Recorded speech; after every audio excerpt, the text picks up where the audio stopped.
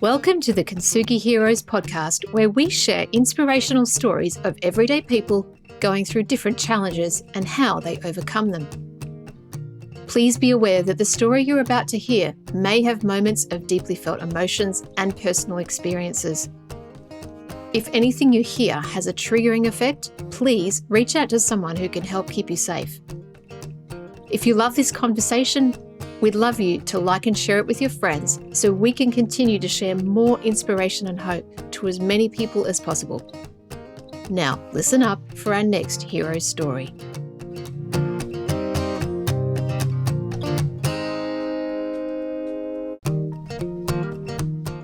And in this episode today, I met with the lovely Whitney Coupland, who describes her journey with health issues. This is one that's going to be very relevant and familiar to a lot of people because more and more people are becoming sick with different diseases, autoimmune diseases. And Whitney, unfortunately, had it for most of her life. She had a diagnosis in her teens and then another one of Hashimoto's disease 2 decades later. And what's really inspiring about Whitney's story is the way that she saw this as something to tackle herself, but also be responsible for.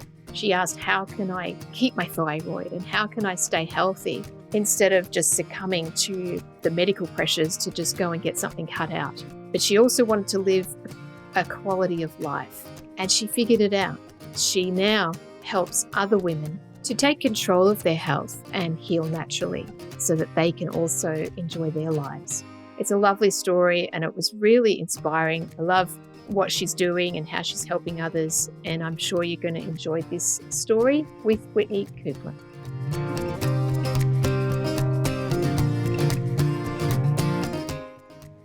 Hello, and here we are. It's another episode, and I'm here with Whitney Coupland. It is so lovely to see you. Thank you for joining me. Thanks so much for having me. That accent comes from somewhere. Can you let our listeners know whereabouts you are? Yes, I am in beautiful Vancouver, British Columbia in Canada. Lovely. And you would be fooled to think, you might think that it's warm because you can see the sun streaming in, and just like it's sunny here, except it's probably a little bit warmer where I am. But yeah, we're in our winter here. Yes. Yeah. We're in the smack bang in the middle of our summer. So this is Kintsugi Heroes. You're here to share your story. And I want to thank you, first of all, for being willing and open to sharing your story. It takes a lot of bravery and vulnerability to be able to share one story the way that people do on this show. And so I just want to honor you for that and thank you. Yeah, of course. Well, let's get started. This is about you. I'd like to hand over to you now, Whitney, and ask you to take us back to the beginning. So my story begins in another part of Canada. I grew up in Toronto, Ontario. So over there, the winters are a bit more harsh than they are here on the West Coast. And we'll take the story back to when I was about 12 or 13 years old. I was up at my parents' cottage or cabin. So the people here out in British Columbia call getaway homes cabins, but in Ontario, we call them cottages. So I was at the cottage with my parents and my younger sister. It was May, so we were just coming out of winter season. The lake that the cottage is on had just melted. And my sister and I thought it would be fun to go for a polar dip. So you may have heard of it before, but oftentimes, at least here in British Columbia, on the 1st of January, people like to go running into the freezing cold ocean water for fun.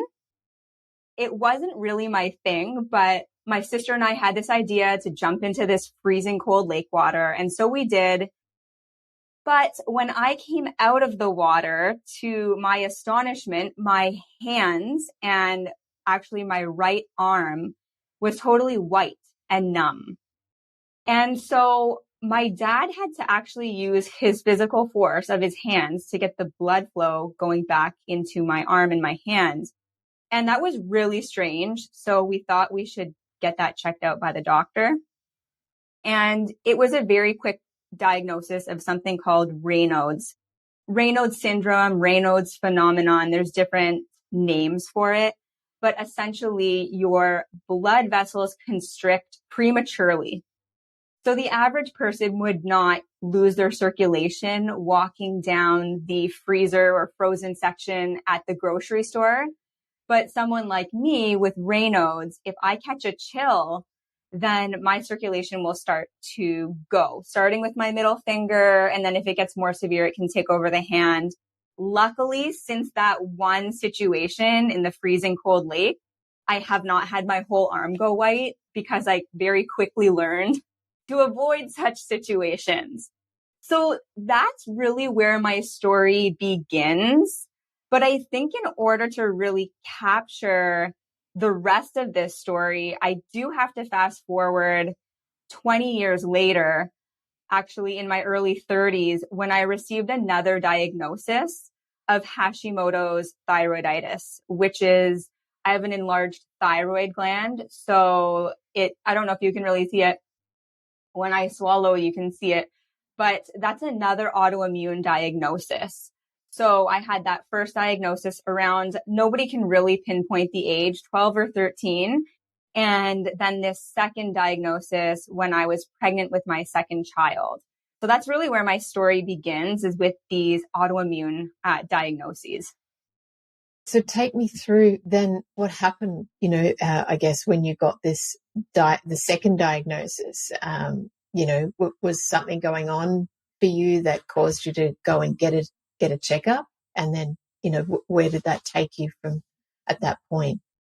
Yes. So it was actually kind of a fluke that I got this second diagnosis because I didn't notice that anything was wrong. I had a toddler and I was pregnant. So fatigue, low energy, any kind of weird feelings, you're not really associating it with any kind of issue. But it was actually my midwife who was just doing a physical exam and noticed that my thyroid was enlarged. And so she recommended go and see your medical doctor right away, have that, an ultrasound done, have an extraction of the cells done to make sure it's not cancerous. And because I had all of that testing done, it was a very quick diagnosis where many, many people who have autoimmune conditions, it takes them years of trial and tribulation. They're going to doctors. They're being told that they're crazy. The symptoms aren't lining up to anything. And it's a very frustrating journey for a lot of people. So I, in a sense, was very blessed. Both of my diagnoses were like, this is a very apparent thing that's happening. This is the name for it. And so with that second diagnosis, I knew it was more serious in the sense that I needed to do something about it because I wanted to save my thyroid. I knew that a lot of people with Hashimoto's end up on medication for life. Some people have to have surgery, and that's not the route that I wanted to take. And at the time of my diagnosis, my thyroid levels in my blood work were okay, and they weren't indicating that I needed medication right away. But I was being told by the endocrinologist that my only options were to wait until I did require medication. And if this physically bothered me or I didn't like the look of it, I could have it removed. So I really got turned off by that. And I knew that's not the route I wanted to go. I have a background in nutrition. So I knew there were other options. And I decided to go and see a naturopathic doctor. And before I went to that appointment, I was like, whatever I am asked to do, I'm doing it. I'm going all in with this. If they say there's $500 worth of testing and supplements, I'm doing it because I really want to deal with this. So I went in and of course, yes, I was advised to do some testing, and food sensitivity testing was one of those things. So I agreed to it and I left with a whole slew of supplements at the same time. And I had to go back for the results to this naturopath. And she basically broke down this food sensitivity testing for me. And it was really shocking because I was a nutritionist and I knew what healthy food was and I was taking really good care of my body. but everything that I was eating was showing up on this test as problematic. And remember, I had a little toddler, and by this time I actually had an infant.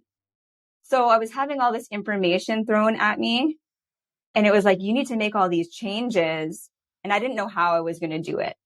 I didn't know how I was going to turn my entire diet upside down and learn this whole new way of living while trying to raise 2 young kids. So I did take her advice for a short while and tried following this really rigid plan, but it was becoming really frustrating. I was really hungry all the time. Nothing was convenient about it. I couldn't really go out and be on the go and just have something to eat in a restaurant. If we were driving, for a while in the car, I couldn't just stop and pick something up. So one day we were going out of town and I made this salad with sweet potato and I think some ground up meat of some kind. I remember being in the car and eating it and thinking, this is like really unsatisfying. Like, this is pretty gross. I'm not enjoying it. So I got on my phone and I'm hammering away looking for recipes that would work for me, that I would actually enjoy. And I found this website called autoimmunewellness.com. And so I perused around on that website for a little while and I discovered something called the autoimmune protocol. And it's essentially an elimination diet, but it's a lot more structured than going and getting food sensitivity done, having this crazy piece of paper with a million things to eliminate and no guidance. It's very black and white. Like, this is stage 1. This is what you do. This is stage 2. This is what you do. And so I really threw in the towel on everything that the naturopath had told me and decided to take up this other approach, which ended up working quite well for me. This is really interesting. And how long did this process take? And then what happened after you started the new protocol? It didn't take me too long in between getting those food sensitivity results, realizing this was crazy, doing more research, and then finding this other alternative solution. That wasn't a long period of time. But actually implementing this new protocol properly, so to speak, that took me a while because I did still have to change pretty much everything in my fridge and my pantry. And I wasn't well versed in all of these alternative products at the time. I was already eating gluten-free, but I wasn't eating paleo. And this style of eating is a paleo diet. So I had to remove all of the grains. And I hadn't discovered what I now know about cassava flour and tapioca starch and all these alternative ingredients that you can cook and bake with. So the first time I said, I'm going cold turkey. I'm going to do the elimination phase as fast as possible, get it done in 30 days, and then start reintroducing the foods. But of course, because I wasn't prepared, I fell off the wagon. And I think that happened once or twice before I finally made it through the 30-day elimination phase. And then after that, things were a lot more smooth sailing. It was a heavy learning curve. But once I was in the flow of it and I was no longer starving day to day, it was good. Good. So tell me about your physical health during this time, and the symptoms, because obviously this is all about healing your thyroid and being able to keep your thyroid. That was, as you said, that was your goal. So how did all of this impact your symptoms and your general well-being? So when I was doing the strict autoimmune protocol, I felt way less inflammation in my thyroid gland. So I would have a Raynaud's flare is, say you're outside walking in the rain, it's a cold, rainy day, and your fingers go white. That's called a flare, right? That's the symptom. With the thyroid, it's a lot more subtle to know what are the symptoms, like brain fog. How do you really measure brain fog? And energy, how are you really measuring energy? But one thing that I could really tell was whether I felt like I had a golf ball in my throat or not. And when I was eating that way, I did not feel like I had a golf ball in my throat. So that was a significant improvement. And now, like, I eat a much more flexible diet because I've done a lot of healing. And most of the time, I do not feel like I have a golf ball in my throat. But if I go through a period of stress, or I've had several nights with my kids waking me up, or as a woman, if I'm like with my cycle, I definitely still have times where I can feel discomfort in that area, but it's nowhere near what it was before I implemented all of these dietary changes. And that's good to hear. And how did all those changes impact, I guess, the food and the lifestyle that you had with the kids and your husband, with the family? Was it a big change for them? So luckily, my husband is super easygoing. He's not picky with food, and he really values healthy eating. So that is one of the biggest obstacles that many other people have to overcome, is that they don't have a spouse that's on board. So I was really lucky with that. And my kids were young enough that I could introduce these things, like make pancakes with alternative flours, and they wouldn't give me pushback on it. So I think I caught it at an early enough stage that part of it wasn't so hard for me. But I know that a lot of people do struggle with that. So there are all kinds of solutions, such as like with autoimmune paleo, you can eat meat, you can eat fish, and you can eat a wide variety of vegetables. So when you're making meals, you would still make a grain for the rest of your family, and you just wouldn't have that portion on your plate. And if you were going to do something like a taco night, you could make your taco bowl and they could still have their taco shell with the cheese and the sour cream. So there are definitely meals that are versatile enough to work for everybody. So that's what my recommendation would be there. But I was just blessed in the sense that I didn't really have to do that. When you were going through those early stages, obviously the trial and error, you tried things with the naturopathic, protocol, and then the new one that you found. Were you on your own? As in, were you the only one in your circle that had this condition and was going through it? Or did you reach out and find others that were also going through this?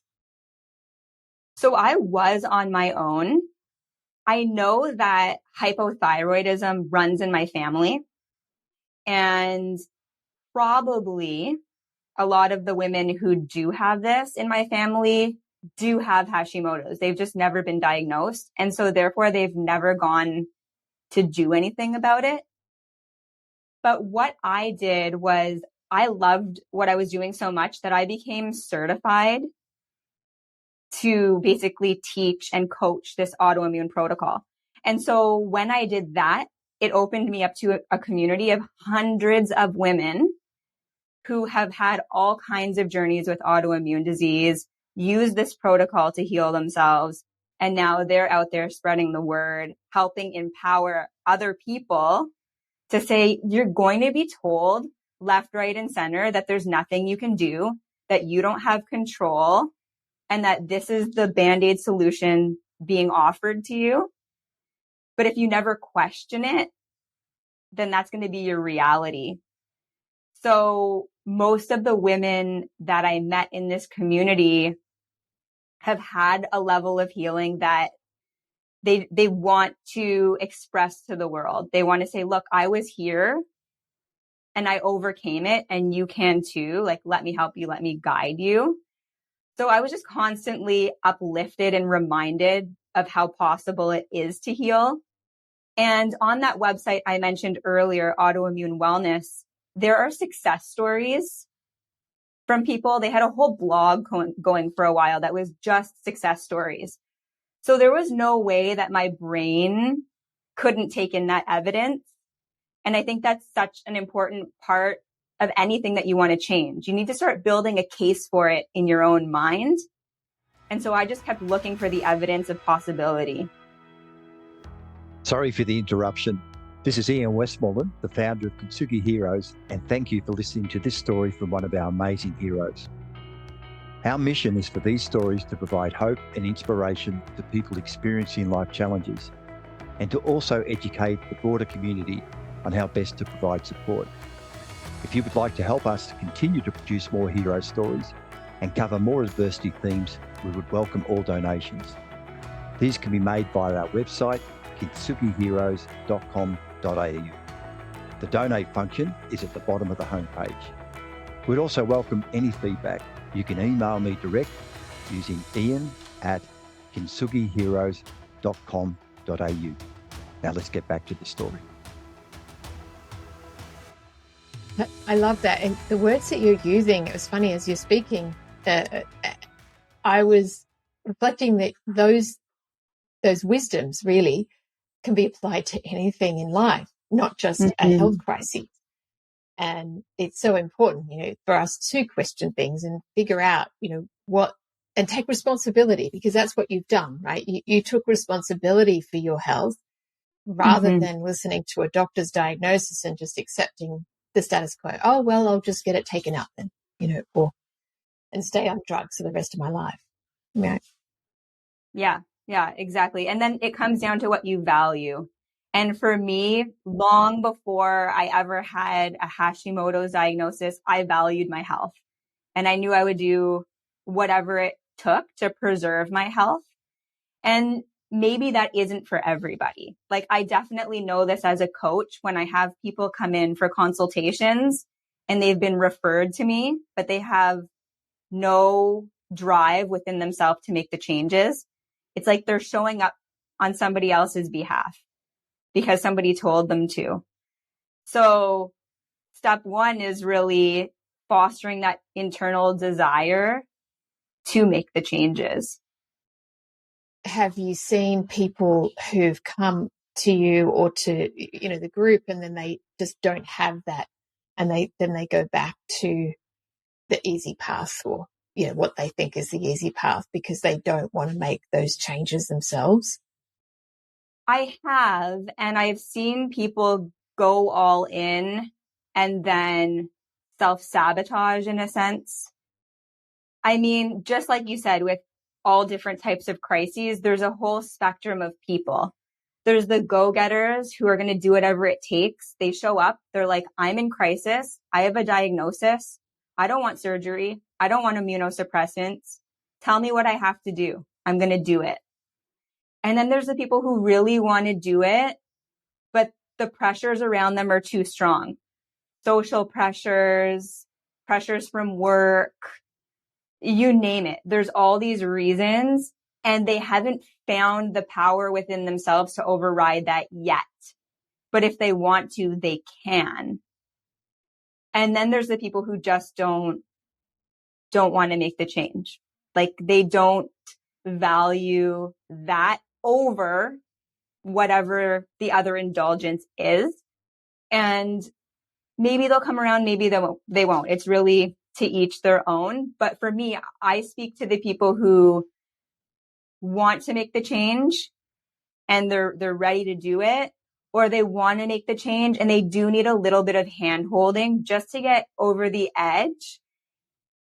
And then they really take it and run with it. I love the way you describe the different, places that people are at, the different, you can categorize them, or the mindsets or the positions that they're in. How many years have you been doing the protocol for now since, finding it? Yeah. So I started the protocol probably 4 years ago, but it is a protocol. So it's something that you follow. So there's 30 to 90 days of an elimination phase where you're removing the foods that are most likely negatively impacting your body. And you're actually in that elimination phase, you are actually adding in things that are really conducive to your health as well. So foods that you weren't used to eating before, you're bringing those in. And then after that 30 to 90 days, when you're seeing your health change in a positive way, and you would be able to tell a difference if you were to eat something and it would bother you, that's when you're ready to start bringing foods back in. So, I mean, all in all, some people with introductions can take up to a year, to really have a wide variety of food in their diet again. Not to say that the elimination phase is a small number of foods. It's small categories. It's like a wide range of fruits and vegetables, a wide range of animal products, but you're not eating the dairy. You're not eating eggs at the beginning. You're not even eating nuts and seeds. So all of those things get reintroduced. And now in my life, so what I've come up with are a couple of terms. I call them thresholds. And so your thresholds are basically how much of a food and how often can I have something before it starts to negatively impact me? And the other concept is eating for quality of life. So even if something impacts you in a specific way, are you going to eat it or are you not going to eat it? You're at a wedding, you're at a birthday party. How do you make a decision about whether you're going to eat something or not? You ask yourself, is this going to contribute to my quality of life? And if the answer is yes, then you go for it. And if the answer is no, then that's a non-negotiable for you. And with autoimmune, it's often gluten for a lot of people is a non-negotiable. They just can't go there. But they might be able to have an ice cream, a gluten-free ice cream cone a couple times a month without problems. And it's a very individualized thing. So when you go through this protocol, you basically come out at the end. So you could just put your name in front of it, like Whitney Coupland's perfect diet. And it's not going to be the same for you. What I love about that is it's honoring the individual in that we are all very unique. We all have different paths, challenges, and even if we have the same diagnoses, our bodies are different and what our individual limits are different as well. Yeah, exactly.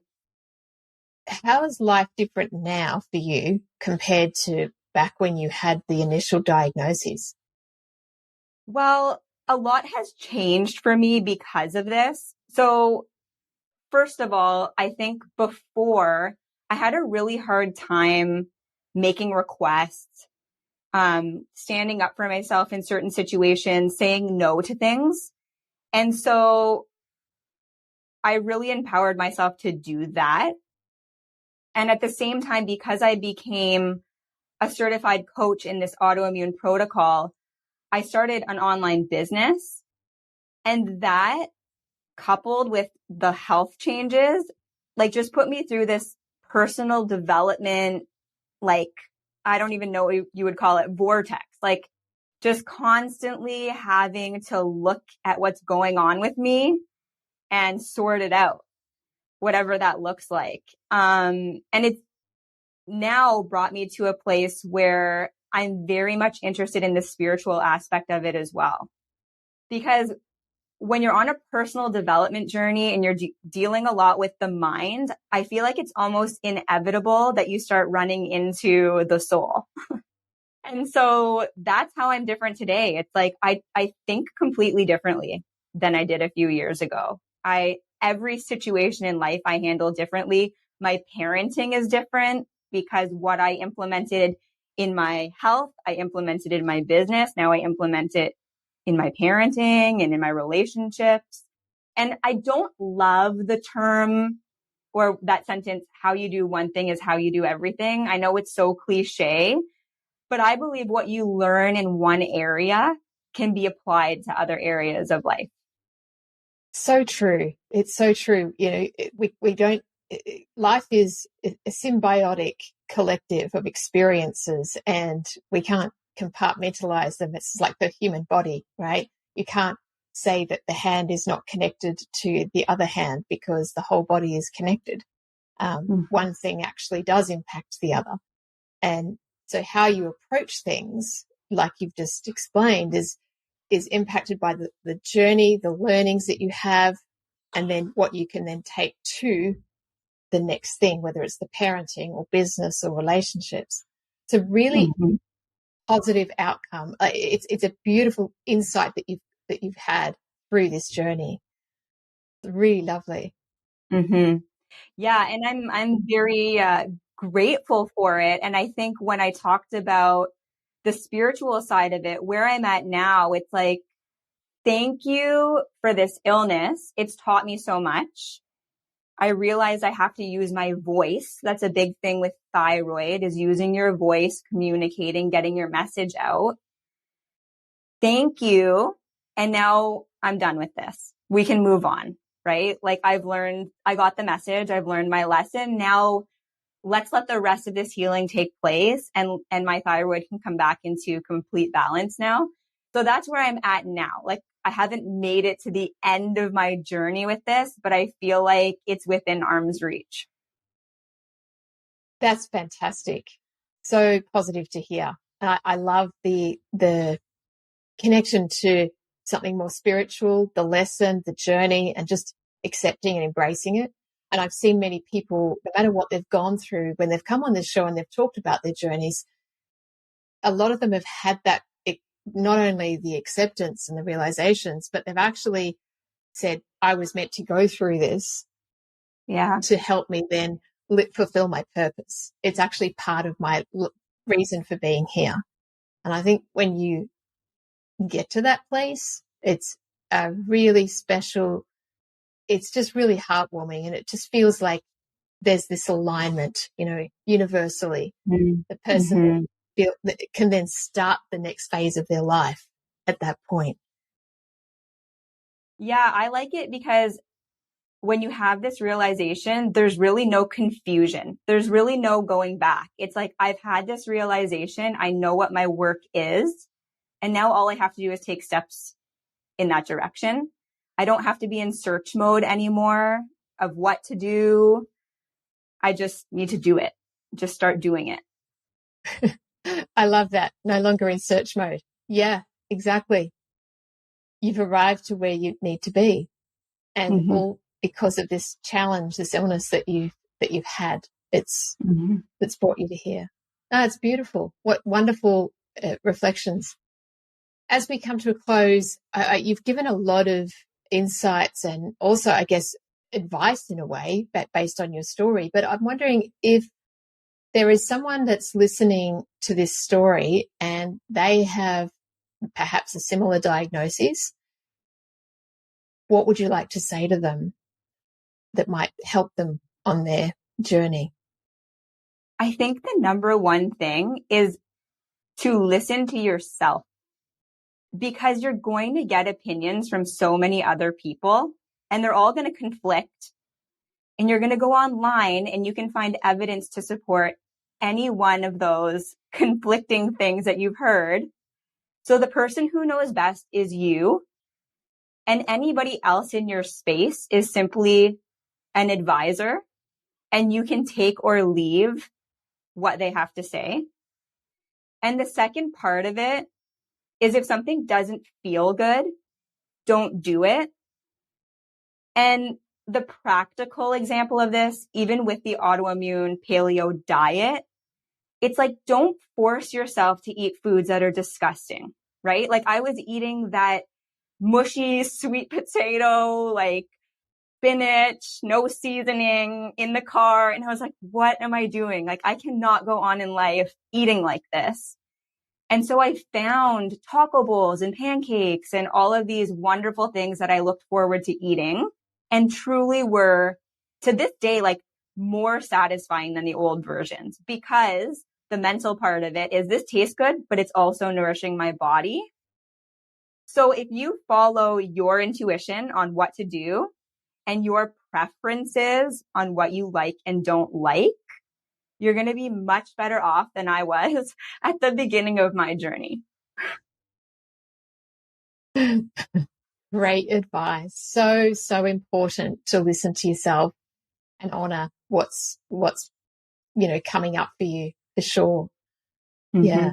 And you would know this. I mean, not only have you gone through it yourself, but you're helping others and coaching people in similar situations. So you've got such vast experience with this. And I love the practical nature, but also the way that you embrace individuality and that we are all unique, which is really a really perfect place to be, especially when you're offering a protocol or talking about a protocol, which one could see as a cookie cutter solution. And yet you're saying, but you've got to bring yourself to that and still be yourself. Yes. And find the right path for you, which is perfect. Mm-hmm. I'm really happy for you, Whitney. Hearing your journey, I know so many people go through health crises and struggle for so many years, and how lucky that you didn't have to go through that for a very long period of time. And I'm really grateful for what you're doing and how you're helping people, and also for sharing your story today with me. Yeah, thank you. It's a pleasure. And like I said, I have found my voice, and showing up and speaking, whether it's about my journey or helping people, it really is a healing process for me. So I thank you for giving me the opportunity. You're very welcome. And I know that this is going to impact people who are listening and help inspire them. So much gratitude to you. And I wish you continued success on your journey now that you're living on purpose. So thank you very much, Whitney. Thank you. It's been a pleasure. We hope you've enjoyed this episode of Kintsugi Heroes. Please like and share the show to your friends so we can get this out to even more people. If you have a story you'd like to share with us, please reach out using the contact details below. And join us next week for our next hero's story. Until then, keep being you, and remember that we are all heroes in our own unique way. Only when it's broken. Only when it's broken. When it hits you in the middle of the night and the truth burns so bright. Only when it's broken. Only when it's broken. Take pride in those cries. It's only for tonight, and then you rise. Only when you're broken. Only when you're broken. Only when